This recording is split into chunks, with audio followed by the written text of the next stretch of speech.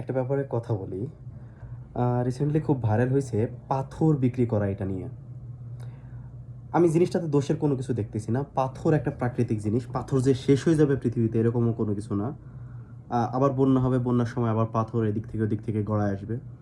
এখন দেখবেন পাথর নিয়ে এই আলোচনাটাকে মেইনস্ট্রিমে যারা নিয়ে আসছে, আপনি এই ১৫ তারিখে খুঁজলে পাবেন যে এদের প্রত্যেকের প্রোফাইলে যায়ে দেখবেন যে বঙ্গবন্ধু শেখ মুজিবুর রে নিয়া প্রচুর পরিমাণে কান্নাকাটি হইতেছে এই ১৫ তারিখে। আর আপনি যদি মনে করেন আপনি এটার মাধ্যমে পরিবেশ রক্ষা করলেন এই পাথর ওঠানোর মাধ্যমে, এটা একসময় ছিল যে ওই এলাকার মানে একটা কর্মসংস্থান। এই পাথরের মাধ্যমে সিমেন্টের কারখানা বা এই ধরনের কারখানাগুলো ছিল, সেগুলো সব বন্ধ হয়ে গেছে শুধুমাত্র সো কল্ড পর্যটনের নাম দিয়ে।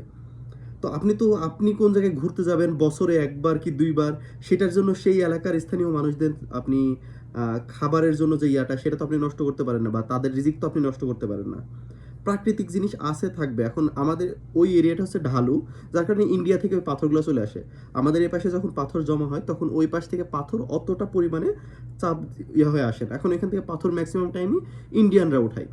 আমাদের এই পাথরের ব্যাপারটা হচ্ছে এই যে ইলিশ কোনো রকম খাবার দিয়ে চাষ করা লাগে না, কোনো কিছু না, কিন্তু ২,০০০ কি ৩,০০০ টাকা কেজি। আবার এমন সময় ইলিশ ধরা বন্ধ করা হয় যেই সময় ইলিশের ভালো মৌসুম, এবং আমাদের তো বন্ধ করা হয়, আমাদের মাঝিদের বা জেলেদেরকে ইলিশ ধরা থেকে বিরত রাখা হয়। কিন্তু সেখানে ওই সময় আবার মাছ ধরে ইন্ডিয়ান জেলেরা আসার পর, এবং আমাদেরকে সম্পূর্ণ মানে একদম এক সাইডে করে রাখা হয়। এটা সম্পূর্ণ কালচারাল হেজিমনির মাধ্যমে। আপনি মানেন আর না মানেন, যতই বালছালের আপনি আলাপ তালাপ করেন যে এটার মাধ্যমে পর্যটন এরিয়া নষ্ট হচ্ছে, আই ডোন্ট গিভ এ ফাক। ওই এলাকার মানুষজন খাবে, তাদের রিজিকের একটা মাধ্যম এটা। আপনারা সেই জিনিসটাকে বন্ধ করাই দিলেন যে মাসে একদিন আপনি ঘুরতে যাবেন। আপনি এখন মনে করতেছেন এই নেতা করতেছে, ওইটা করতেছে। না ভাই, এই প্রশাসনের সমস্যা। এই প্রশাসন দিল্লিকে সাপোর্ট করতেছে যে এইসব যেন করতে না পারে, এইসব জায়গায় যেন কর্মসংস্থান তৈরি না হয়।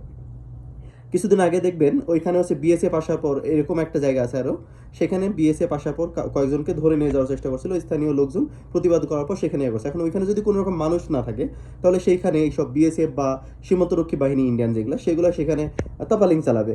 কিন্তু যখন সেইখানে অতিরিক্ত মানুষ থাকে তখন সেই জিনিসটা থাকে একটা লাইমলাইটে, যেই জিনিসটা সবার চোখে পড়ে, তাদের উপস্থিতি এবং তাদের দখলদারিত্ব, এই জিনিসটার বিরুদ্ধে তখন তারা কাজ করে। যার কারণে ওই জিনিসটা পর্যটন নাম করা হইতেছে, বিভিন্ন জায়গায় যাইতে নিষেধ করতেছে, এবং ওইটার উপরে মানুষের কাছে ওইটার উপর থেকে একটা ইন্টারেস্ট যেটা থাকে সেই জিনিসটাকে নষ্ট করতেছে। এবং এই যে লুটপাটের নামে, এই যে পাথর নেওয়া যাবে না এইসবের নামে ইন্ডিয়াকে মূলত সুযোগ দেওয়া হইতেছে। এইটাই হচ্ছে মেইন। ইলিশ মাছের ক্ষেত্রেও মেইন, এইখানে পাথরের ক্ষেত্রেও মেইন। যত তাড়াতাড়ি বুঝবেন তত তাড়াতাড়ি মানে এইটার থেকে বাঁচতে পারবেন। বা ইন্ডিয়া যে চারিপাশ থেকে দখল করার চেষ্টা করতেছে, এক হাত করে আগায় আসতেছে, এটার থেকে বাঁচার একমাত্র উপায় সেই সীমান্তবর্তী এলাকাতে জনসমাগম থাকা সব সময়।